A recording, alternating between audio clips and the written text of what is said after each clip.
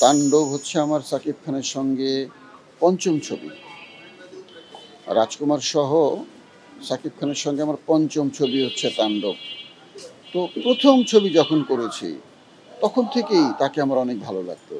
যখন তিনি এত জনপ্রিয় না, যখন সাকিব খানের সঙ্গে আমি প্রথম ছবি করি তখন সাকিব খান কিন্তু এত জনপ্রিয় না, মানে জনপ্রিয়তা তুঙ্গে না। এখন তো তিনি তুঙ্গে, তখন তিনি জনপ্রিয় ছিলেন, কিন্তু এখন তো তুঙ্গে, তখন তুঙ্গে ছিলেন না। এই মানুষটি তার প্রথম ছবিতে আমার সঙ্গে যে আচরণ করেছেন এবং তুঙ্গে থাকা অবস্থায় যে আচরণ করেছেন সেটি একই রকম। এটি আমাকে মুগ্ধ করে।